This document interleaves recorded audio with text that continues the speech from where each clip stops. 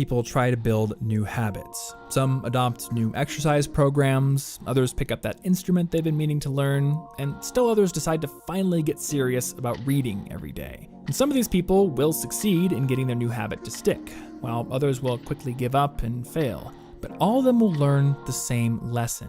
Building a new habit is hard.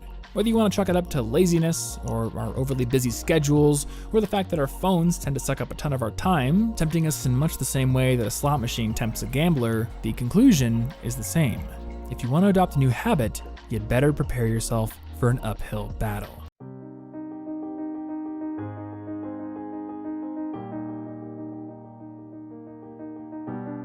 I'd like to start with a story. And the story is about Team Sky, which is Great Britain's professional cycling team. Sometime in the mid-2000s, around 2010, they hired a man named Dave Brailsford. And at the time, Team Sky had a very middle-of-the-road record when it came to performance on the world stage. They had won about 1 gold medal in the last 100 years, from 1908 to 2008. They had never won a Tour de France, the premier event in cycling. And when they hired Dave Brailsford, they said, we would like to change this. We'd like to improve our performance. We'd like to reach a higher level of performance. What's your plan to help us do that? And when they hired Brailsford, he said, I have this strategy called the aggregation of marginal gains. And the way that he described it was the 1% improvement in nearly everything that you do. And so they started by looking at a lot of things you would expect a cycling team to look at. They improved their bike tires, made them slightly lighter. They put a more ergonomic seat on the bike. They had their riders wear biofeedback sensors so they could see how each person responded to the training and practice that they did each day. They had their outdoor riders wear indoor racing suits because they were lighter and more aerodynamic. But then they did a variety of things that you wouldn't expect a cycling team to do. They split tested different types of massage gels to see which one led to the best form of recovery. They taught their riders how to wash their hands to reduce the risk of infection and keep them healthy. They even figured out what kind of pillow led to the best night's sleep for each rider, and then brought that on the road with them to hotels. So Brailsford said, if we can actually execute on this strategy, if we can aggregate all these small changes, these little 1% improvements, then I think we can win the Tour de France in about 5 years.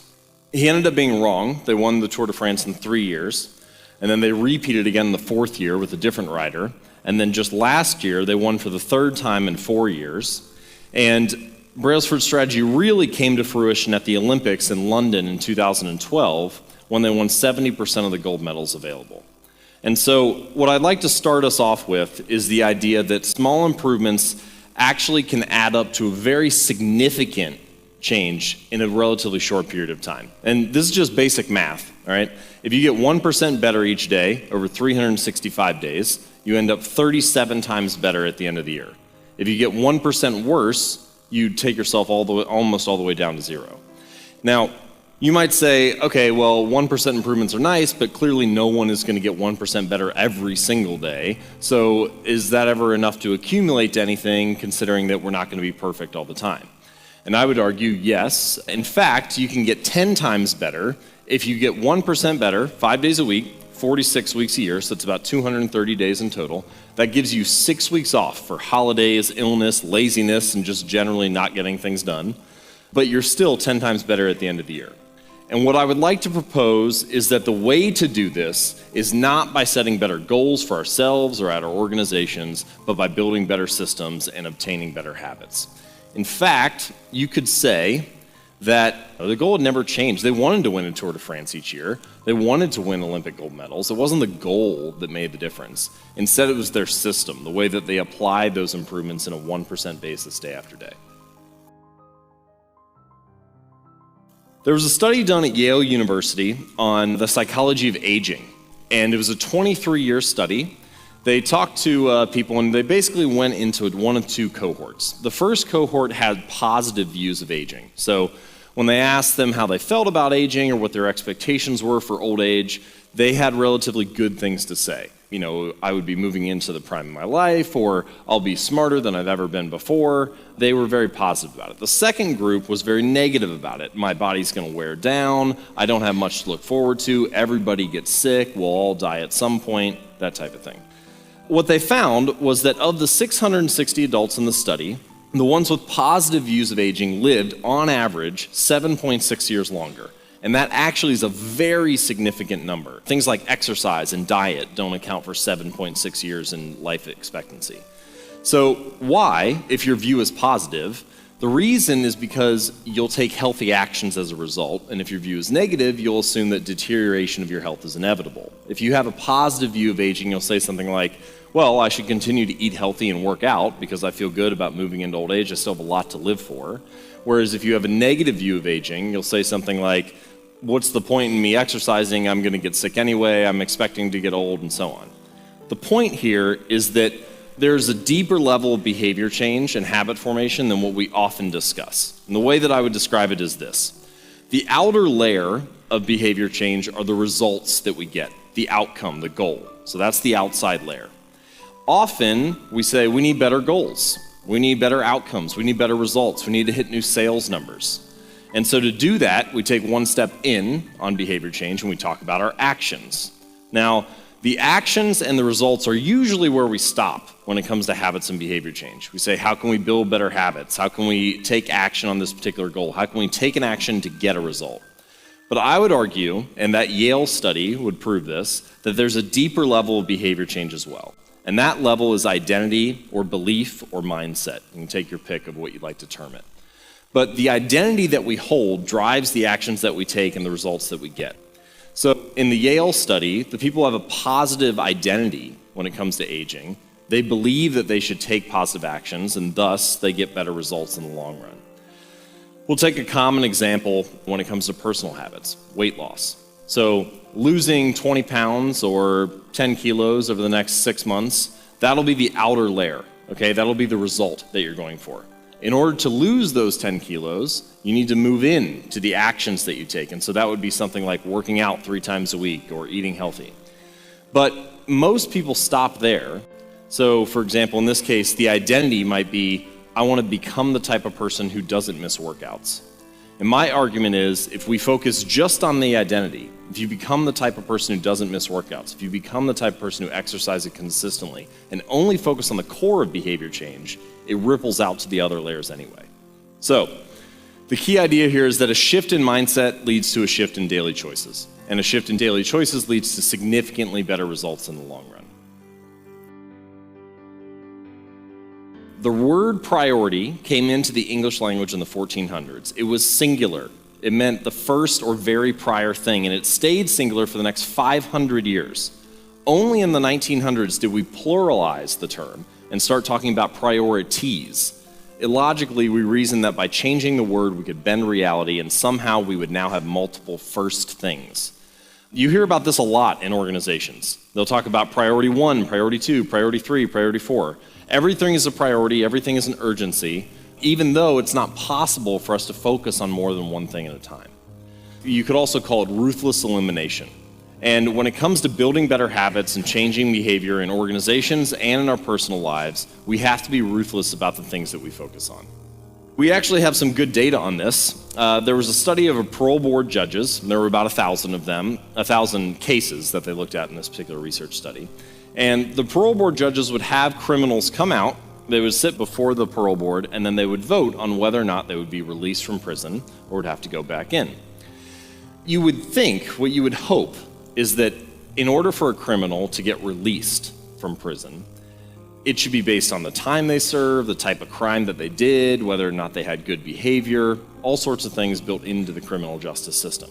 In fact, what they found, the single biggest factor on whether or not someone was released on parole or whether they had to go back into prison was the time of day that they were seen. So this is a map of the judge's decisions throughout the day. You can see that in the beginning of the day, it starts around 60% likelihood that a criminal would be released on parole. As the morning goes on, the judges get fatigued, their willpower depletes, and the odds of you getting a favorable hearing decreases. That first dotted line is lunch, so they take a break, the judge's decision-making spikes right back up to where it was before, then goes back down, they take another break in the afternoon, and then pretty soon it just falls off the cliff and the day ends. Now, this idea is a psychological concept called decision fatigue, or ego depletion. And the point here is that the more decisions that we make over the course of a day, the more your willpower and focus gets fatigued. It's kind of like a muscle, right? If I were to pick up that weight and do curls for a little while, I can do them for a minute or two, but if you catch me 30 minutes from now, I'm not going to have much left. And that's how our willpower works as well. So, the key idea here is your brain only has so much capacity to provide. Your willpower is like a muscle, and similar to muscles, it gets fatigued. All right, let me give you some practical ideas on how to do this. It's great to say that we need to simplify, but how do we actually make that happen in the real world? Warren Buffett, one of the most famous investors of our time, he adheres to a concept that I'll call the 25-5 rule. And this story comes from a man named Mike Flint, who was Warren Buffett's private pilot. Mike Flint has flown multiple US presidents. He's also the pilot for Warren Buffett. So he's had a very successful career. And he came to Warren Buffett one day and he said, "Warren, I would like to fly this particular type of plane. I think whenever we upgrade, we should get this new one." And he said, "Mike, if you're working for me in 10 years when we buy a new plane, then I probably have failed you as a boss. So here's what I'd like you to do. And this exercise that I'm about to share, you can do on any level. You can do it for your career. You can do it for the things that you or your team need to get done this month. You can do it for the things that you need to work on today or this week." And he said, "I'd like you to take the 25 things that you want to achieve in your career and write them down on a list." So Mike Flint goes away, writes down his 25 things. He gets done and he says, "All right, great. I want you to circle the top 5 things on that list." So spends some more time, he circles the top 5 priorities. He says, "All right, tell me what your strategy is at this point." And Mike Flint said, "Well, I have my top 5 things, so I'm going to work on those first." And he said, "Great, what about the other things on your list?" He said, "Well, those will be the things I do on nights or weekends or when I get tired or bored or, a project stalls, I'll work on that." And Warren Buffett said, "Mike, you got it all wrong.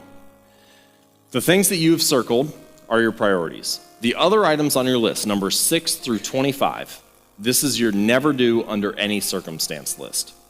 And the reason is because it's so easy for us to rationalize spending time on things that are good uses of time but not great uses of time. It's items that 6 through 25 on your list that take up time and space and energy because we can justify why we need to do them. They're on the list for a reason. They just don't happen to be the best uses of our time.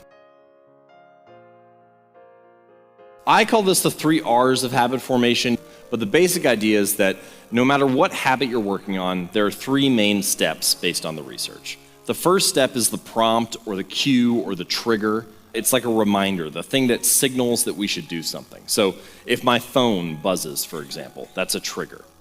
The next piece is the routine. This is the behavior itself, the actual habit that you're going to perform. So my phone buzzes, that's the trigger. I answer the phone, that's the routine. The third piece is the reward. So this is the benefit that you get for doing the behavior. And it's important to note that all habits, good or bad, have some kind of benefit or reward associated with them. Take smoking, for example. People will often label smoking as a bad habit, so what's the benefit? What's the reward of it? Well, there's some kind of physiological reward. There's a hit of nicotine that's associated with it. And then there are often social rewards, right? You get to share a smoke with a friend or a colleague, something like that. So regardless of how we label habits or behaviors, the important thing is to note that all of them have some kind of benefit neurologically associated with them. Now, so my phone rings, that's a reminder. I answer the phone, that's the routine. And then I get to satisfy my curiosity or find out who's calling, that's the benefit. And what ends up happening is that if that reward is positive, then it tells your brain, hey, remember, next time this reminder happens, next time this trigger comes along, we should repeat that pattern. And once you make it through the cycle enough times, it becomes a habit, it becomes ingrained. So, how can we leverage the first part of this, the trigger or the reminder? Let's say that I wanted to start meditating. I could say, all right, in the morning, I make a cup of coffee. And so for this new behavior, I could say, when I make my morning cup of coffee, I will meditate for 60 seconds. And so the current behavior, the things that you're already doing, become the trigger for the new behavior that you're trying to build. And the reason that this is important is that your current behaviors, things that are already habits, have this neurological network built into your mind. They already have like an on-ramp in your brain. And so you're just kind of tapping into that so that you can tag the new behavior and link it to something that's already strongly correlated in your mind. The 2-minute rule. There is no habit that we're going to work on that takes less than 2 minutes to do. But nearly any habit can be started in under 2 minutes. So if you take exercise, for example, often people will get home from a long day of work and they say, oh, I'm too exhausted to go for a run or to try to exercise. So I never get around to doing it because I think about, oh, I have to run 5 kilometers or whatever, some long distance that seems overwhelming to me. So rather than focus on the whole thing that you need to do, I would encourage you to focus on just the first 2 minutes. So what's the first 2 minutes of that habit? I put my running shoes on, I get out the door, and I lock the door. And if you do just that, it doesn't matter if you take another step. But what you find is that motivation often comes after starting, not before. We often think that motivation is something that we're supposed to have before we do work. But motivation will come as a result of doing some small bit of work, and then we can trust that the rest of the process will flow easily. But the point here is that the motivation needed to complete a habit is at its peak at the beginning of a behavior. The greatest amount of friction for any type of task is in the beginning, is in the starting. So the key idea is make it so easy that you can't say no.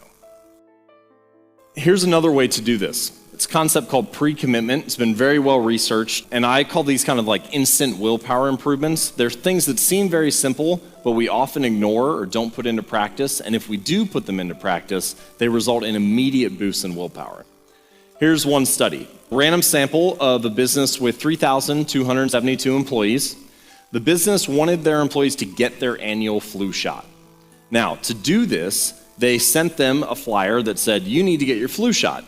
But then they sent another version, and that other version said, you need to get a flu shot. Your appointment has already been scheduled for April 22nd.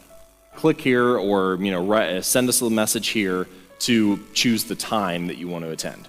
And what they found was just by selecting a date, just by picking the day when people would get it, they were 2.4 times more likely to follow through. But then they sent a third version, and they said, you need to get your flu shot. You've already been scheduled for 1 p.m. on April 22nd. If you need to change the time, you can click here and do so. And the people who had the exact time and date scheduled for them were 4 times more likely to follow through, simply because they were pre-committed. And we often think, oh, we should give people more options. We should let them choose whatever they want to do. But if we're trying to incentivize behavior, if we're trying to make it more likely for people to follow through, pre-commitment is a great device for doing this. Implementation intentions is another method, very similar to pre-commitment, but slightly different. And this is the study that I like that shows this. So there was a study that looked at different groups and their motivation and ability to stick with exercise. So there were 3 groups in this study. The first group, they brought in and they said, we want you to track how often you exercise over the next 2 weeks. So that's group 1. Group 2, we want you to track how often you exercise, and we're going to show you this motivational video about the benefits of exercise, why you should do it. So group 2 was the motivated group. Then there was group 3. Group 3 got the exact same treatment as group 2. They were told to track their exercise. They were given the motivational speech. They were equally motivated, but they did one thing differently. And that one thing is they filled out this sentence that said, during the next week, I will partake in at least 20 minutes of vigorous exercise on this day, at this time, at this place. And what they found when they looked at all the analysis at the end of the study is this is what happened. Group 1, 38% of them worked out over the next 2 weeks. The control group, no motivation. Group 2, remember, they were the motivated group, and the motivation faded almost immediately as soon as they walked out of the research lab. So 35% of them worked out. And group 3, it was almost double or even triple the odds that they would work out over the next 2 weeks. 91% of them stuck to exercise. And the only difference was that they filled out this little sentence. And it seems so basic, but by pre-committing ourselves to things, we make it much more likely that we follow through. Implementation intentions, which is what this is called, this is an implementation intention. There are hundreds of studies on this, so it's been proven in a bunch of different contexts. It's very simple, and it's something that actually leads to real results. Now, you may be saying, all right, that's great. I should just pick times and places for everything I want to work on. But in fact, we can get really overloaded by the amount of things that we want to improve. There are all sorts of things that you may want to improve upon. So how do you decide where to start? Again, I'm big on simplicity. I'm big on eliminating most of the choices so that you can focus just on the very best uses of your time. And if you're thinking, how do I decide what to focus on after this presentation? I would say focus on the keystone habit. And a keystone habit is a routine or ritual that ripples into the rest of your life. It creates a cascade of good behavior.